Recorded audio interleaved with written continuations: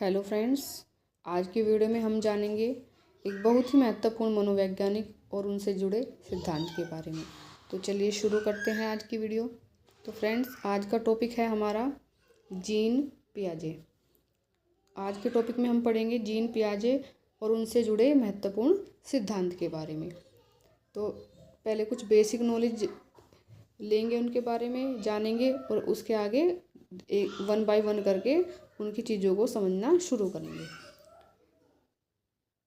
सबसे पहले जानेंगे कि जो जीन पियाजे हैं वो स्विट्ज़रलैंड के निवासी थे। उनका जन्म 1896 ईस्वी में हुआ और उनकी मृत्यु 1980 ईस्वी में हो गई। अपने इस पूरे जीवन काल के दौरान उन्होंने लगभग 50 पुस्तकें लिखी। इन्होंने बच्चों को नन्हा वैज्ञानिक कहा है। तो जीन पियाजे ने बच्चे को किसकी परिभाषा दी है? नन्हे वैज्ञानिक की। इनकी थ्योरी को स्टेज थ्योरी भी कहा जाता है, क्योंकि इन्होंने बताया कि बच्चा वन बाय वन करके 4 स्टेज से गुजरता है, तो उसका क्या होता है? कॉग्निटिव डेवलपमेंट होता है। तो 4 स्टेज दिए हैं उन्होंने। तो इन 4 स्टेज की वजह से ही उनकी जो थ्योरी है उसको स्टेज थ्योरी के नाम से जाना जाता है। अब हम देखते हैं कि कौन कौन सी स्टेज हैं उनकी। 1 नंबर पर है सेंसरी मोटर स्टेज। नंबर 2 पर है प्री ऑपरेशनल स्टेज। नंबर 3 पर है कॉन्क्रीट ऑपरेशनल स्टेज और नंबर 4 पर है abstract operational stage. In stage से क्वेश्चन पूछा जाता है एग्जाम में, तो इनको हम आगे डिटेल में पढ़ेंगे। नेक्स्ट है कि इन्होंने संज्ञानात्मक विकास का सिद्धांत दिया। तो कॉग्निटिव डेवलपमेंट थ्योरी किसने दी? जीन पियाजे ने। नेक्स्ट है दोस्तों कि इनको विकासात्मक मनोविज्ञान का पिता भी कहा जाता है। तो फादर ऑफ डेवलपमेंट साइकोलॉजी किसको कहा जाता है? जीन पियाजे को। अब जानते हैं इनके रचनावादी दृष्टिकोण के बारे में कि इनका दृष्टिकोण किस प्रकार का रहा।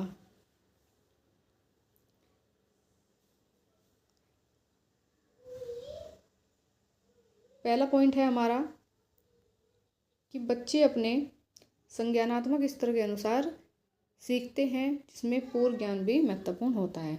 मान लीजिए कि जो जीन पियाजे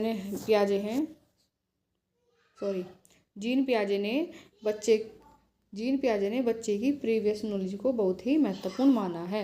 जीन पियाजे ने बताया है कि जो बच्चे अपने ज्ञान का निर्माण करते हैं वो पूर्व ज्ञान के आधार पर करते हैं, मतलब प्रीवियस नॉलेज के आधार पर करते हैं। तो जीन पियाजे ने किसको महत्वपूर्ण माना है? प्रीवियस नॉलेज को। नेक्स्ट पॉइंट है हमारा कि बच्चा सक्रिय एक्टिव रूप से अपने ज्ञान का निर्माण करता है। तो बच्चा जो अपने ज्ञान का निर्माण करता है, अपने जो नॉलेज को एक्सप्लोर करता है, वो कैसे करता है? एक्टिव होकर, इन्वॉल्व होकर, हर चीज़ में किसमें क्या होकर? इन्वॉल्व होकर। ठीक है। नेक्स्ट पॉइंट है कि जो मैच्योरिटी होती है, जो परिपक्वता होती है, वो भी बच्चे के विकास में बहुत महत्वपूर्ण भूमिका निभाती है। तो जीन पियाजे ने मैच्योरिटी को भी बहुत महत्वपूर्ण माना है। इनका कथन क्या है कि जो बच्चे रोट लर्निंग ना करके क्या करेंगे? अंडरस्टैंड करेंगे, चीज़ों को समझेंगे, और लर्न ना करके उसमें इन्वॉल्व होंगे, इन्वॉल्व होकर सीखेंगे। तो इन्होंने इन चीज़ों पर, रोट और लर्न पर फोकस नहीं किया है। इन्होंने किस पर फोकस किया है? इन्होंने फोकस किया है अंडरस्टैंड और इन्वॉल्व पर। तो जहाँ पर भी ये 2 वर्ड देखने को मिल जाए, उसका मतलब कि किसकी बात हो रही है? अंडरस्टैंड और इन्वॉल्व वर्ड देखने को मिल जाए तो जीन पियाजे बात कर रहे हैं। नेक्स्ट है दोस्तों कि जो जीन पियाजे हैं उनके विकास के मुख्य सिद्धांत कौन कौन से हैं। तो चलिए देखते हैं कि जीन पियाजे ने अपने विकास के मुख्य सिद्धांत कौन कौन से दिए हैं। नंबर 1 पर आ जाता है स्कीमा। स्कीमा से मतलब किसी चीज़ को स्टार्ट करना, किसी चीज़ को शुरू करना। जैसे कि इसको ऐसे समझेंगे कि पहली बार किसी वस्तु को देखकर माइंड में उसकी छवि बन जाती है, कोई इमेज बन जाती है, उसको बोलते हैं स्कीमा। ठीक है। तो हमने कोई चीज़ देखी पहली बार और उस चीज़ को देखकर माइंड में हमारी क्या बन गई, उसकी कोई पिक्चर बन गई, छवि बन गई, तो उसको बोलेंगे स्कीमा। जैसे बच्चे को एक बॉल दिखाई, तो बच्चे ने बॉल को देखा और उसमें अपने माइंड में एक स्कीमा बना लिया, एक पिक्चर बना ली कि जो भी गोल गोल दिखने वाली चीज़ हैं वो सब क्या हैं, वो बॉल हैं। तो किसी वस्तु को पहली बार देखकर माइंड में जब उसकी इमेज बन जाती है, उसकी छवि बन जाती है, उसको हम क्या बोलते हैं, स्कीमा कहते हैं। अब ठीक है, स्कीमा हमें समझ में आ गया। नेक्स्ट है कि जो बच्चे ने अपने माइंड के अंदर स्कीमा बना लिया उसको अपनाना एडेप्टेशन कहलाता है। ठीक है, समझ गए आप ये पॉइंट कि हमारे माइंड के अंदर जो स्कीमा बन गया है उसको अपनाना ही क्या कहलाता है, एडेप्टेशन कहलाता है। जैसे बच्चे ने क्या क्या देखा, बच्चे ने किसको देखा, बॉल को देखा, और बॉल को देखकर उसने समझा कि हाँ जो भी गोल गोल दिखने वाली चीज़ होती हैं वो सब क्या होती हैं, वो बॉल होती हैं। तो उसने उसको एज ए टीज अपना लिया, तो उसको बोलेंगे हम एडेप्टेशन। एडेप्टेशन भी अब यहाँ पर ये क्या होता है, एडेप्टेशन, एडेप्टेशन भी दो प्रकार का होता है। चलिए देखते हैं कि एडेप्टेशन दो प्रकार का होता है, किस कैसे समझेंगे इसको। एक होता है एसिमिलेशन और एक होता है एकोमोडेशन। एसिमिलेशन मतलब किसी चीज़ का आत्मसात करना, आत्मसात मतलब किसी वस्तु को एज इट इज मान लिया। जैसे हमने बच्चे को बॉल दिखाई और बच्चे ने बॉल को देखकर अपने माइंड में स्कीमा बनाया कि जो भी गोल गोल दिखने वाली चीज़ होती है वो क्या होती है, बॉल होती है, तो उसको उसने ऐसे ही मान लिया, एज इट इज मान लिया, उसको बोलते हैं एसिमिलेशन, आत्मसात। अब नंबर 2 पर है एकोमोडेशन। एकोमोडेशन में क्या होता है कि बच्चा अपनी नॉलेज में संशोधन करता है, चेंज करता है, मॉडिफाई करता है अपनी नॉलेज को। जैसे बच्चे को पता चल गया कि जो गोल गोल दिखने वाली चीज़ होती है वो बॉल होती है, लेकिन बच्चे ने अपने माइंड अपनी जो इन्फॉर्मेशन है उसमें चेंज किया और उसने सोचा कि भाई जो गोल दिखने वाली जो चीज़ होती है वो ज़रूरी तो नहीं कि बॉल ही हो, वो तो पैसा भी हो सकता है, गोल दिखने वाला सिक्का, गोल गोल रोटी भी हो सकती है, गोल चूड़ी भी हो सकती है, गोल दादाजी का चश्मा भी हो सकता है। तो उसने अपनी नॉलेज को मॉडिफाई कर लिया, अपनी नॉलेज में चेंज कर लिया, अपनी नॉलेज में परिवर्तन लेकर आया।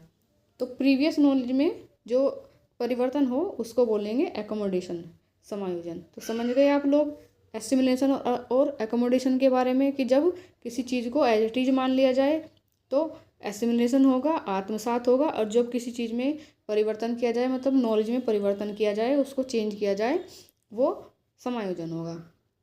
आई होप आप यहाँ तक बहुत अच्छे से समझ गए होंगे। चलिए नेक्स्ट,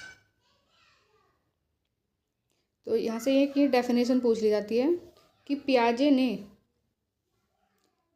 बालक और उस वातावरण के मध्य चलने वाली परस्पर क्रिया द्वारा निर्मित समतुल्य को अपनाना क्या कहते हैं, अडेप्टेशन कहलाते हैं, को अपनाना ही क्या कहलाते हैं, एडेप्टेशन, अनुकूलन कहते हैं।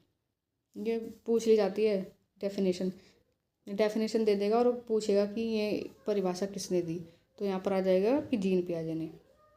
नेक्स्ट है दोस्तों संतुलन और असंतुलन। तो देखते हैं कि संतुलन, इक्विलिब्रेशन एंड डिसइक्विलिब्रेशन के बारे में। आई होप आपको अभी तक ऊपर की जानकारी सब समझ में आ गई होगी अच्छे से। तो चलिए जानते हैं इक्विलिब्रेशन और डिसइक्विलिब्रेशन के बारे में। इसको बहुत इजी लैंग्वेज में समझेंगे। जब बच्चा एसिमिलेशन और एकोमोडेशन दोनों को समझ जाता है बहुत अच्छे से, तब मतलब उसको संतुष्ट परिणाम मिल जाते हैं, तब होता है इक्विलिब्रेशन। ठीक है। और जब बच्चा एसिमिलेशन और एकोमोडेशन दोनों को समझ ना पाए, मतलब इन दोनों में डिफरेंस ना कर पाए, तब होता है डिसइक्विलिब्रेशन। तो आप इन दोनों को समझ गए कि जब बच्चा एसिमिलेशन और एकोमोडेशन में अंतर समझ जाए तो होता है इक्विलिब्रेशन, और जो बच्चा एसिमिलेशन और एकोमोडेशन में अंतर ना कर पाए तब होता है डिसइक्विलिब्रेशन। एक पॉइंट यहाँ पर यह है कि संज्ञानात्मक विकास का मुख्य योगदान, तो ये कहा है जीन पियाजे ने कि बच्चों की सोच बड़ों की सोच से गुणात्मक रूप से भिन्न होती है और मात्रात्मक रूप से समान होती है। मान ये कहना चाहते हैं कि यहाँ पर सीधी सी भाषा में समझो इसको कि जो मतलब सोचने का तरीका होता है वो गुणात्मक रूप से तो भिन्न होता है और मात्रात्मक रूप से एक जैसा होता है। तो दोस्तों आशा करती हूँ कि आप आज की वीडियो आपको अच्छी लगी होगी। नेक्स्ट वीडियो में हम लेकर आएंगे जीन पियाजे की जो स्टेजेस हैं, 4 स्टेजेस। आगे की वीडियो पूरी उस पर ही होगी, उनको हम विस्तार से पढ़ेंगे। आई होप आज की जानकारी आपको अच्छी लगी होगी। तो वीडियो को लाइक करें, शेयर करें और चैनल को सब्सक्राइब